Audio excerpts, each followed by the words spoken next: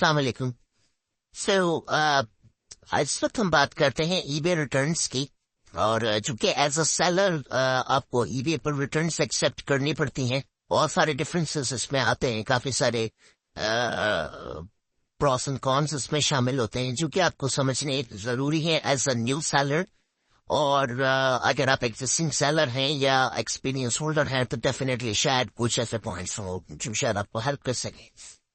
तो एनीवेज, तो return policy जो हम ऑफर करते हैं उमूमन 30 डेज ऑफर करते हैं। 30 डेज मिनिमम इसलिए भी रखी जाती है कि टॉप रेटेड सेलर बनने के लिए आपको मिनिमम 30 डेज ऑफर करना जरूरी है। अगर आप 14 डेज ऑफर कर रहे हैं तो टॉप रेटेड सेलर की जो एलिजिबिलिटी क्राइटेरिया है फिर आप उसमें नहीं आते।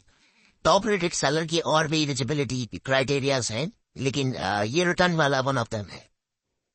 ठीक है, तो अब पहली बात तो यह है कि दो तरीके से रिटर्न्स होती हैं। या तो एक रिटर्न के अंदर कोई ऐसा रीजन हो जिसमें सेलर का फॉल्ट हो या सेलर की रिस्पॉन्सिबिलिटी हो, जिसमें या तो आइटम गलत गया है, आइटम डिफेक्टिव है या आइटम डैमेज्ड है। ठीक है, या कोई कलर के गलत से मुराद ये कि कोई कलर चेंज हो गया है, आपने कलर एक्चुअली कस्टमर ने परचेज किया सिल्वर और आपने ब्लैक भिजवा दिया है, या आपके सप्लायर ने ब्लैक भिजवा दिया है। तो एंड ऑफ द डे ये रिस्पॉन्सिबिलिटी आपकी हो जाती है एज अ सेलर के आप उसको रिटर्न एक्सेप्ट भी करेंगे और फुल रिफंड भी ऑफर करेंगे। और रिटर्न शिपिंग और जो पहले जाने की शिपिंग थी और रिटर्न शिपिंग थी वो सारी शिपिंग की फीस भी एज अ सेलर आप पे करेंगे। ठीक है, तो ये आपकी रिस्पॉन्सिबिलिटी में आ जाता है। दूसरा, इसके अंदर एक रीजन और भी होता है जो कि बायर कहता है you change, I change my mind. तो अब चेंज माई माइंड का एक रीजन है, या नो लॉन्गर नीडेड है, या डजंट फिट का एक रीजन आता है। डज नॉट फिट का मतलब यह कि जी वो साइज जो है वो फिट नहीं हुआ।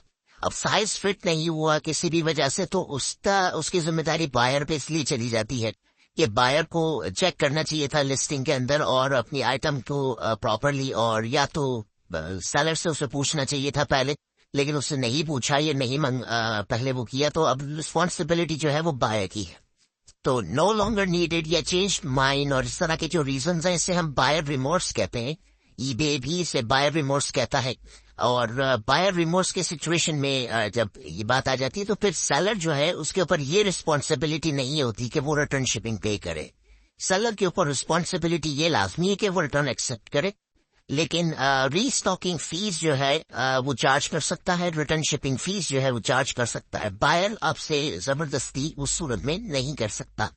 रीस्टॉकिंग फीस वो होती है कि जो हम सिंपली पहले से बता देते हैं कि जी जब ये हम आइटम वापस एक्सेप्ट करेंगे और शेल्फ में रखेंगे तो हम इसकी एक रीस्टॉकिंग फीस चार्ज करेंगे जो कि मैक्सिमम 20% हो सकती है। 10%, 15% सॉरी 10%, 15% और 20%, ये आप मैक्सिमम रीस्टॉकिंग फीस ईबे पर चार्ज कर सकते हैं। इससे ज्यादा आप चार्ज नहीं कर सकते। तो अब आपने ये देखना होता है कि जब बायर रिटर्न ओपन कर रहा है तो उसका रीजन उसे क्या सिलेक्ट कर रखा है। रीजन जो है वो बहुत इंपॉर्टेंट है। तो इस सूरत में क्या होगा कि आप उसके बिहाफ पर आप जो है वो उसे कर पाएंगे कि कैसे आपने इसको आगे लेके चलना है। फॉर एग्जाम्पल, अगर डजंट फिट का एरर है या चेंज माई माइंड का एरर है तो एटलीस्ट आप इससे रिटर्न शिपिंग फीस चार्ज कर सकते हैं या रीस्टॉकिंग फीस चार्ज कर सकते हैं। तो जो कि आपको फायदा ये देता है कि अल्टीमेटली जब आप रिटर्न एक्सेप्ट कर भी लेते हैं तो बाज़ औक़ात रिटर्न एक्सेप्ट करते वक्त आपको ज्यादा फायदा हो जाता है comparing to what you made as a profit on this sale. तो अगर फॉर एग्जाम्पल बात हो कोई आइटम है $50 की है, आपने बेची, आपने प्रॉफिट उसके ऊपर कॉम्पिटिशन की वजह से शायद $3 ही बनाया था। ठीक है, लेकिन बायर ने रिटर्न की, अपने बायर रिमोर्स के रीजन के बिहाफ पे रिटर्न कर दी उस आइटम को कि जी मैंने आई चेंज माई माइंड। अब उसमें आपने रिटर्न शिपिंग चार्ज कर ली या फिर आपने रिटर्न शिपिंग चार्ज ना की, आपने सिंपली 20% रीस्टॉकिंग फी चार्ज कर ली। तो 20% रीस्टॉकिंग फी आपसे अमेजोन या वेयर हाउस सप्लायर जो है वो चार्ज नहीं कर रहा restocking fee. For example Walmart और अमेजोन वगैरह चार्ज नहीं करते रीस्टॉकिंग फी आपसे। तो इस सिचुएशन के अंदर आप जो है वो 20% रीस्टॉकिंग फी का मतलब हो गया $50 की आइटम थी तो आपको $10 जो है वो वहां पर प्योर प्रॉफिट आपको मिल गया। अब उसमें ईबे की फीस शामिल होगी, लेकिन वो वही $1-1.5 जो के करीब होगी। बाकी एटलीस्ट आप $8-8.5 आपने वहां पर प्रॉफिट बना दिया। तो ये ज्यादा आपको प्रॉफिट दे जाता है comparing to the original sale sometimes. ठीक है, ऐसा हर दफा नहीं होता, समटाइम्स। तो ये एक इसमें सिचुएशन है।